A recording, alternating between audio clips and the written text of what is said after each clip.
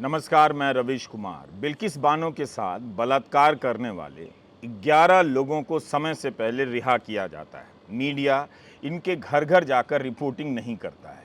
अतीक अहमद और अशरफ अहमद की हत्या के बाद गली गली जाकर हत्यारों के बारे में नहीं, इन्हीं के बारे में, इनकी आपराधिक पृष्ठभूमि के बारे में इतनी रिपोर्टिंग करता है, इतनी कहानियां बनाता है कि अखबारों के पन्नों को भर देता है। ये मीडिया खबर ला रहा है या कहानी बना रहा है, इसे समझना आसान नहीं है। लेकिन ध्यान से देखेंगे तो आप भी घर बैठकर कहानियां बनाना सीख जाएंगे। अखबारों की रिपोर्ट से लगता है कि इस हत्याकांड के लिए किसी योग्य गैंग की तलाश की जा रही है, जिसके किरदारों से अतीक की दुश्मनी की कहानी सेट की जा सके और फिर आपसी रंजिश बताकर कहानी समेट दी जाए।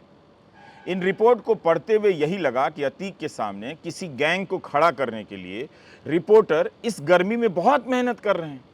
बस जो अतीक के पीछे पुलिस खड़ी थी हत्या के वक्त, उसकी भूमिका या लापरवाही के बारे में कोई जानकारी अभी तक एक्सक्लूसिव रिपोर्ट के रूप में सामने नहीं आई है।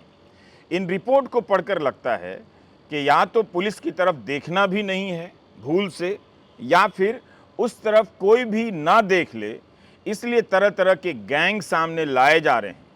मेरा विश्लेषण जो खबरें छपी हैं उसी के आधार पर है, और आप देखिए कि छाप कर आपको किस तरह से छापा जा रहा है। अलग अलग अखबारों की रिपोर्ट में इस हत्याकांड को कई तरह के गैंग और गिरोहों से जोड़ा जा चुका है। हैरी चट्टा गैंग, सुंदर Bhati gang, Lawrence Bishnoi gang, इस तरह के गैंग से जोड़कर खूब कहानियां बनाई गई हैं। दैनिक जागरण की इस खबर से पता चलता है कि यूपी सरकार ने माफियाओं की कोई सूची बनाई है।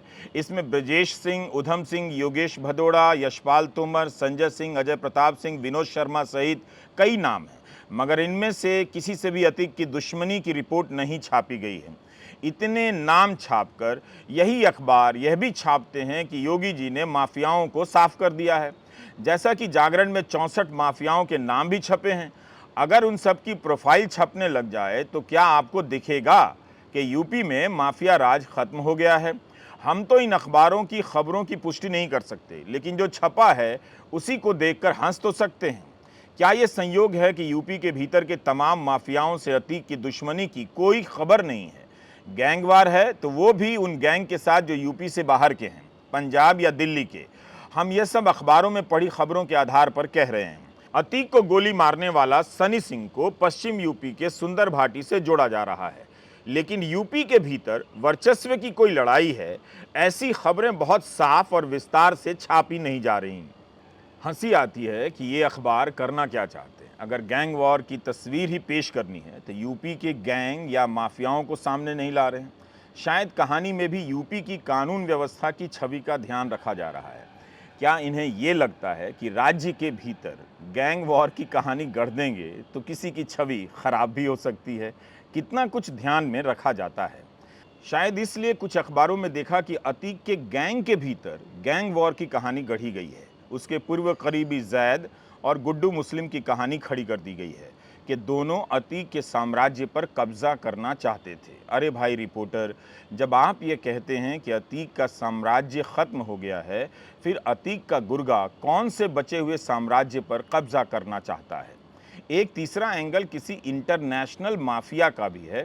दैनिक भास्कर की रिपोर्ट की यह लाइन बेहद शानदार है। अखबार लिखता है कि कोई इंटरनेशनल माफिया है, लेकिन उसका नाम अभी सामने नहीं आया है। ये शक इसलिए है क्योंकि तीनों हमलावरों की अभी तक अतीक से कोई सीधी अदावत सामने नहीं आई है। मतलब अगर किसी की अतीक से सीधे दुश्मनी की कहानी नहीं मिलती है, मगर जो सीधा दुश्मन है उसकी नहीं छापते हैं, तो इंटरनेशनल माफिया को कहानी में ले आओ। एसटीएफ के एडीजी अमिताभ यश ने कहा है कि उमेश पाल की हत्या में शामिल गुड्डू मुस्लिम की गिरफ्तारी जरूरी है। यह पटना में पूर्व विधायक राजन तिवारी से मिलने जेल गया था, किसी हत्या की सुपारी लेने गया था। दैनिक भास्कर की इस थ्योरी पर गौर कर लीजिए। जब आप इतनी थ्योरी पर गौर कर ही रहे हैं, इसमें लिखा है, अखबार लिखता है, संभावना पुलिस पर प्रेशर बनाने के लिए किसी साथी ने ही शूटर्स के जरिए अतीक की हत्या करवा दी हो, जिससे पुलिस प्रेशर में आ जाए। गजब है, पुलिस पर प्रेशर बनाने के लिए पुलिस की अभिरक्षा में ही 3 हत्यारे आते हैं और अतीक और अशरफ को गोली मार देते हैं। क्या इन कहानियों में आगे चलकर लवलेश तिवारी, सनी सिंह और अरुण मौर्य को अतीक के ही गैंग का सदस्य बता दिया जाएगा? ऐसा हो सकता है। यूपी पुलिस कहती है कि आप अफवाहों पर ध्यान मत दीजिए, मगर खबरों में जो छप रहा है, चैनलों पर जो दिखाया जा रहा है, उसमें कितनी बातें अफवाहें हैं और कितनी बातें खबरें हैं, इस पर तो ध्यान दीजिए। एक अखबार लिखता है कि इंटरनेशनल माफिया हो सकता है। इसका एंगल लाने वाले यूपी की छवि इतना ना बिगाड़ दें। अस्पताल में पुलिस के सामने गोली चलती है, उसमें कोई इंटरनेशनल माफिया इन्वॉल्व हो सकता है, शामिल हो सकता है। अगर इस कहानी को लाएंगे तो ग्लोबल लेवल पर यूपी की छवि खराब हो सकती है। एक बार सोच लीजिए। अब आप अलग अलग जगहों पर छपी इस खबर को देखिए। अतीक की हत्या के अगले दिन मुख्यमंत्री योगी आदित्यनाथ ने अपना कार्यक्रम रद्द कर दिया। मुझे तो यह देखकर काफ़ी हैरानी हुई। माफिया मारा गया है और कार्यक्रम मुख्यमंत्री का रद्द हो रहा है। जिस देश के प्रधानमंत्री बालाकोट में एयर स्ट्राइक के बाद मेट्रो में सफ़र करते हों, बताने के लिए कि आतंकी हमले का मामला हो या पाकिस्तान पर एयर स्ट्राइक का, हम बाहर निकलते हैं और इसे रूटीन की तरह लेते हैं। किसी को सवाल करना चाहिए था कि मुख्यमंत्री ने अपने कार्यक्रम क्यों रद्द किए। यह तो पुलिस व्यवस्था पर ही सवाल खड़े करता है। जबकि मुख्यमंत्री योगी आदित्यनाथ ने कहा है कि अब कोई माफिया किसी को डरा धमका नहीं सकता, तब फिर मुख्यमंत्री को अपना कार्यक्रम जारी रखना चाहिए था। मुख्यमंत्री योगी आदित्यनाथ ने कहा है कि यूपी में अब कर्फ्यू नहीं होता, लेकिन इंटरनेट तो बंद होता है। यह भी नया कर्फ्यू है। प्रयागराज में 2 दिनों से ज़्यादा इंटरनेट क्यों बंद रहा था? इसकी खबरें तो छपी हैं। कर्फ्यू का जो मकसद होता है, वही मकसद इंटरनेट के बंद से ही पूरा होता है। क्या नहीं होता ऐसा? इंटरनेट बंद करना, पूरे प्रदेश में धारा 144 लगा देना, एक तरह से कर्फ्यू ही है। 2 माफियाओं की हत्या हो और पूरे प्रदेश में धारा 144 लागू कर दी जाए, यह भी विचित्र सी बात है। लेकिन किसी ने सवाल क्यों नहीं किया? किससे खतरा है? क्या खतरा हो सकता है? पूरे प्रदेश में धारा 144 लगाई जाती है। दिन भर जब आप रटते हैं कि यूपी में कानून का राज है, तब फिर यह सवाल क्यों नहीं पूछ लेते हैं कि पुलिस की सुरक्षा और अभिरक्षा में उमेश पाल और अतीक और अशरफ अहमद की हत्या कैसे हो गई? जो मीडिया जम्मू कश्मीर के पूर्व राज्यपाल सतपाल मलिक के बयान को छापने की हिम्मत नहीं दिखाता है, वो अतीक अहमद के कवरेज के बहाने माफिया का सफाया करने लग गया है। वो भी इस तरह से कई रिपोर्ट से गुजरकर हंसी आ रही है कि इन सब से पन्ना क्यों भरा जा रहा है। क्या इसलिए कि पाठक खाली जगह देखकर या यह ना सोचने लग जाए कि यहाँ पर इस जगह पर तो सत्यपाल मलिक वाली खबर छप सकती थी। दैनिक भास्कर की रिपोर्ट का एक हिस्सा पढ़ना चाहता हूँ। ध्यान से सुनेंगे तो बहुत कुछ गौर करने लायक मिलेगा। लगेगा कि ये होती है कहानी, कहानी को भटकाने के लिए कहानी। तो इस तरह से अखबार में लिखा जा रहा है। अतीक के हवेली नुमा पुश्तैनी मकान पहुंचे, जो अब खंडहर में तब्दील हो चुका है। अहाते और सड़क पर पुलिस तैनात है। अंदर बाड़े में बंद अतीक के पाले 2 कुत्ते हैं। दोनों भूखे हैं, किसी की आहट पाते ही भौंकने लगते हैं। एक बाड़े के अंदर 3 कुत्ते बंद हैं। पुलिस वाले ही बताते हैं कि ये अतीक के कुत्ते हैं, ऑस्ट्रेलियन ब्रीड हैं। 2 कुत्तों की कुछ दिन पहले भूख से मौत हो गई थी। अब यही बचे हैं। इनकी देखभाल की जिम्मेदारी हीरा को दी गई है। हीरा बगल में ही झाड़ू लगा रहे होते हैं। हीरा अतीक के नौकर थे, कुत्तों की देखभाल वही करते थे। अब नगर निगम ने उन्हें सैलरी पर रखा है। हीरा कहते हैं कि 3 महीने से सैलरी नहीं मिली है, इंतजार है।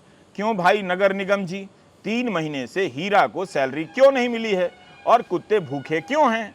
तो 5 कुत्ते थे, 3 मर गए, 2 बचे हैं और दोनों भूखे हैं। और इनकी देखभाल के लिए लगाए गए हीरा को 3 महीने से सैलरी नहीं मिली है।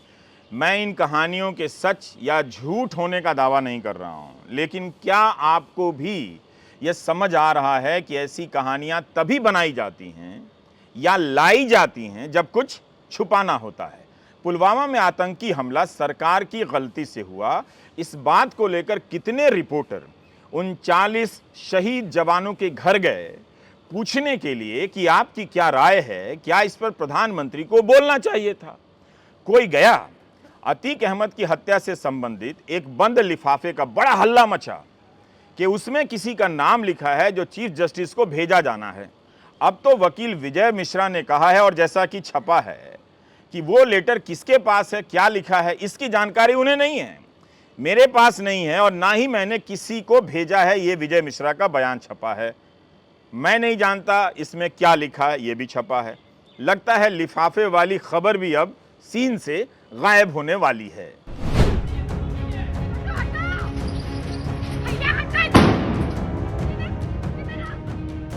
क्या विजय मिश्रा बयान बदल रहे हैं? क्या ऐसा इसलिए है क्योंकि उन्हें अपनी सुरक्षा को लेकर चिंता है?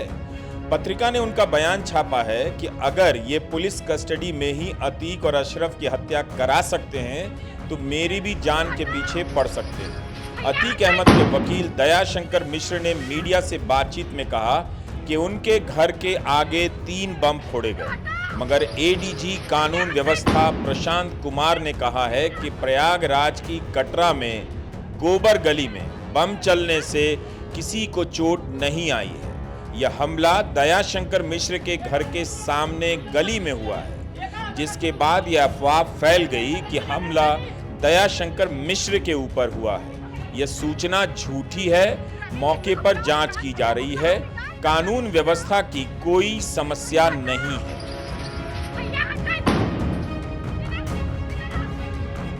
मैं गलत किसी के बारे में नहीं, मगर मुझे ऐसी आशंका है कि पुरजोर पैरवी न कर सकूं, जिसके लिए आतंकित करने के लिए, डराने के लिए ये ड्रामा किया गया। हो सकता है कि कानून व्यवस्था की समस्या ना हो, लेकिन खबरों को पढ़कर तो यही लगा कि बम की भी कोई समस्या नहीं है। जब प्रयागराज में जबरदस्त सुरक्षा है और उसके बीच से आपसी रंजिश टाइप मामले में 3-3 बम फोड़े जा रहे हों, जैसा कि अखबार लिखता है, इससे लगता है कि वाकई कानून व्यवस्था कोई समस्या नहीं है किसी के लिए। बम फोड़ना कानून व्यवस्था की समस्या नहीं है ना कमाल? कहानियों से कहानियां मैनेज नहीं होती हैं। मुझे लगता है कि गोदी मीडिया को अतीक और अशरफ अहमद की घटना का कवरेज बंद कर देना चाहिए। दर्शकों और पाठकों से कह देना चाहिए कि क्या ये हमारा ही काम है कि आपका ध्यान भटकाते रहें?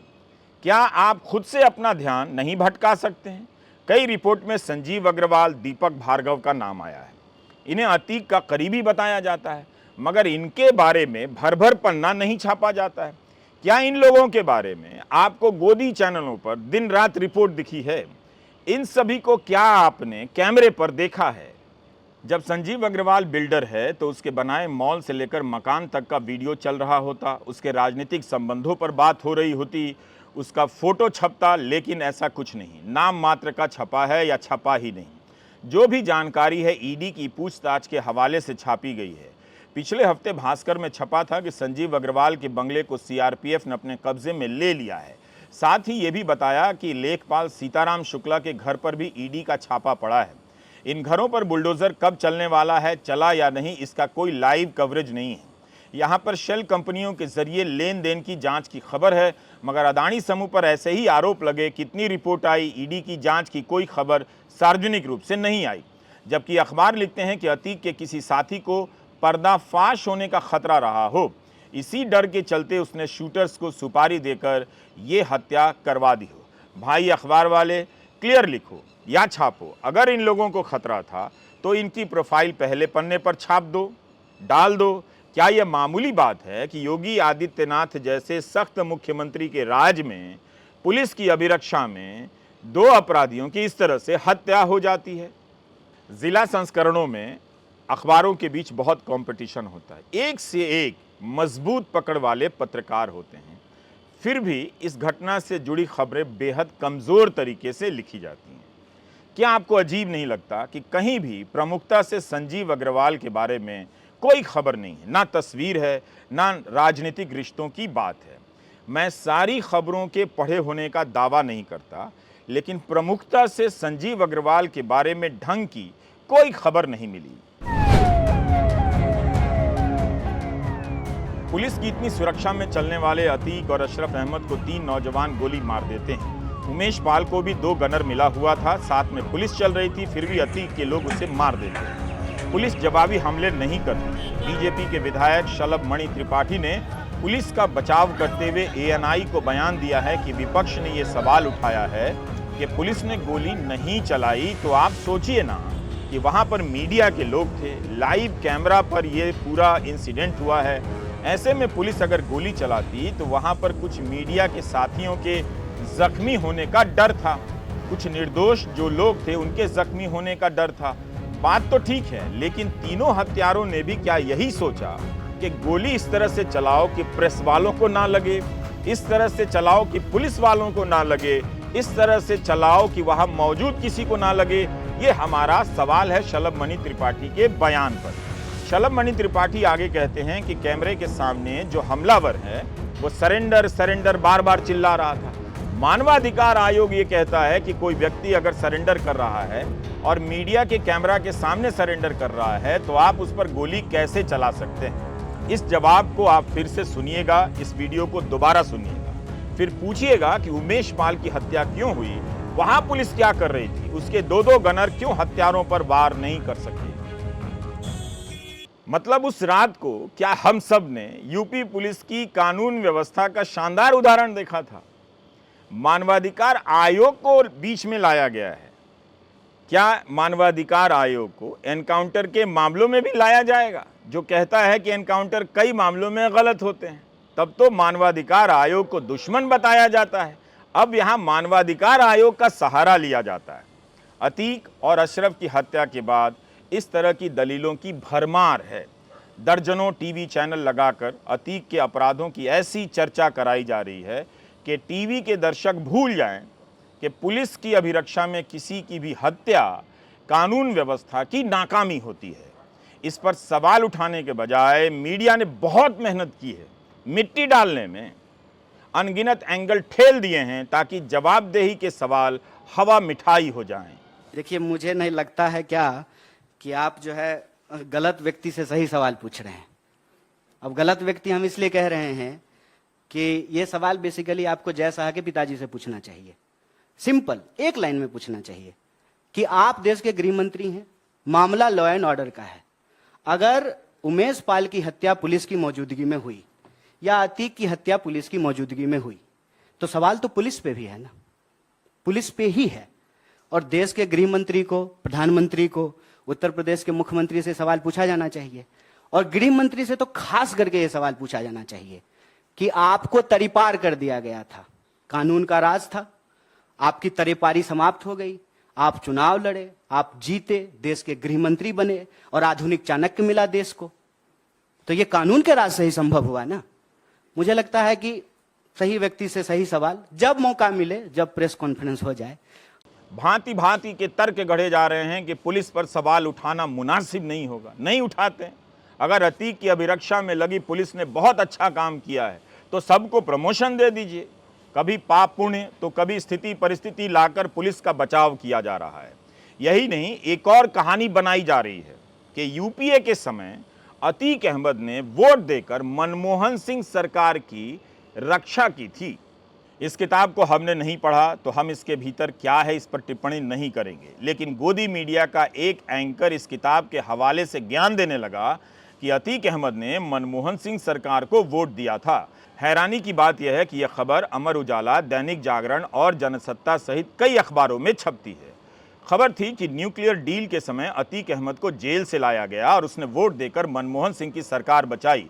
ट्विटर पर पत्रकार आरिश छाबड़ा ने इस बात को लेकर एक कड़ी बनाई है जिसे थ्रेड कहते हैं, और बताया कि यह जानकारी राजेश सिंह की किताब Bahubalis of Indian politics from bullet to ballot से ली गई है, जो गलत है। सच्चाई यह है कि अतीक अहमद ने यूपीए के खिलाफ वोट किया था, यानी जिस तरफ बीजेपी खड़ी थी उस तरफ अतीक अहमद था। इस गलत खबर की शुरुआत होती है पीटीआई से, जिसने रविवार को यह खबर जारी की, जिसके बाद Jagran, Amar Ujala, Jansatta, Economic Times, First Post, English Jagran, NDTV, India Today, Aaj Tak, ABP Live, Asianet News, TV nine Hindi, TV nine Marathi, of India, कई जगहों पर छपती है ये खबर। फिर सोमवार को पीटीआई ने इसे ठीक किया। कुछ अखबारों ने बाद में छापा कि गलती हो गई। नवभारत टाइम्स ने छापा है कि Bahubalis of Indian politics from bullet to ballot नामक पुस्तक में दावा किया गया है कि अतीक ने कर्तव्य परायणता के साथ अपना कीमती वोट डाला था और इसमें कोई शक नहीं कि यह वोट संकटग्रस्त यूपीए सरकार के पक्ष में था। अब नवभारत टाइम्स इसका फैक्ट चेक करता है और बताता है कि संसद के रिकॉर्ड के अनुसार यह दावा गलत है। लोकसभा की वेबसाइट पर उपलब्ध रिकॉर्ड बताते हैं कि 22 जुलाई 2008 को प्रस्ताव के खिलाफ मतदान करने वालों की सूची में अतीक अहमद का भी नाम है। अतीक सपा के उन 6 सांसदों में शामिल था जिन्हें व्हिप का उल्लंघन करने पर पार्टी से निष्कासित कर दिया गया। 2008 की इंडियन एक्सप्रेस की आर्काइव रिपोर्ट में यह लिखा है कि सपा ने 6 सांसदों को व्हिप का उल्लंघन करने पर पार्टी से निकाल दिया। कितनी गलत जानकारियां अखबारों में छापी जा रही हैं। इंडियन एक्सप्रेस में अमर सिंह का बयान छपा है उस वक्त का कि मुझे नहीं लगता कि लेफ्ट पार्टियां इस तरह का काम करने में सक्षम हैं। यह काम या तो बसपा का हो सकता है या बीजेपी का या दोनों ने मिलकर किया होगा, मगर इसे बढ़ चढ़कर क्यों बताया गया। यह सोचिए कि मनमोहन सिंह की सरकार को बचाने के लिए अतीक ने वोट किया। क्या इसलिए हत्याकांड से ध्यान हटाने के लिए इस तरह से इतनी मेहनत की जा रही है? अगर इतनी ही मेहनत संजीव अग्रवाल और दीपक भार्गव की डिटेल लाने में की जाती तो बहुत कुछ तस्वीरें सामने होती। मीडिया तरह तरह की कहानी बना रहा है। अब आते हैं बिल्किस बानो के केस पर। क्या आपने गोदी मीडिया को बिल्किस बानो के साथ गैंग रेप और उनके परिवार के 7 सदस्यों की हत्या के दोषियों के घर जाते देखा है? देखा था कि गोदी मीडिया हत्यारों और बलात्कारियों के पड़ोसियों से बात कर रहा है, गलियों में जाकर उनके मकानों को दिखा रहा है, 2002 के समय का अतीत निकालकर आपके सामने ला रहा है। ला सकता है, वो 2002 में कभी नहीं जाएगा। किसी एक को तकलीफ हो जाती है। यह कैसा मीडिया है जो बलात्कार और हत्या के अपराधियों के एक सेट के साथ खड़ा नजर आता है और इसी तरह के अपराध के मामले के अपराधियों के एक दूसरे सेट के साथ के खिलाफ नजर आता है? क्या धर्म की कोई रेखा दोनों तरफ के बीच में खींच दी गई है? बिल्किस का इंटरव्यू क्या उन चैनलों पर चला होगा, चलेगा जो अतीक की गलियों में कैमरा लेकर घूम रहे हैं? अतीक अहमद, बिल्किस बानो और सत्यपाल मलिक के इंटरव्यू को लेकर गोदी मीडिया ने जिस तरह कवर किया है उसका ही विश्लेषण कर लिया जाए तो साफ हो जाएगा कि इस मीडिया का एक ही काम है, कोई सवाल उठकर जमीन से सरकार की तरफ ना जाए इससे पहले उसके रास्ते में अनेक सवाल खड़े कर दो। सुप्रीम कोर्ट को कहना पड़ा कि बार बार कहा फिर भी गुजरात सरकार ने हत्या और उम्र कैद के दोषियों को समय से पहले छोड़ने के दस्तावेज हमारे सामने पेश नहीं किए। अगर सरकार फाइलें नहीं दिखाती है तो हम मानेंगे कि आप अवमानना कर रहे हैं। तब केंद्र और गुजरात सरकार की ओर से अतिरिक्त सॉलिसिटर जनरल ने कहा कि हमने फाइल पेश करने के आदेश के खिलाफ याचिका दायर की है, हमें समय चाहिए। आखिर इन फाइलों में क्या है जिसे पेश करने में इतनी दिक्कत आ रही है?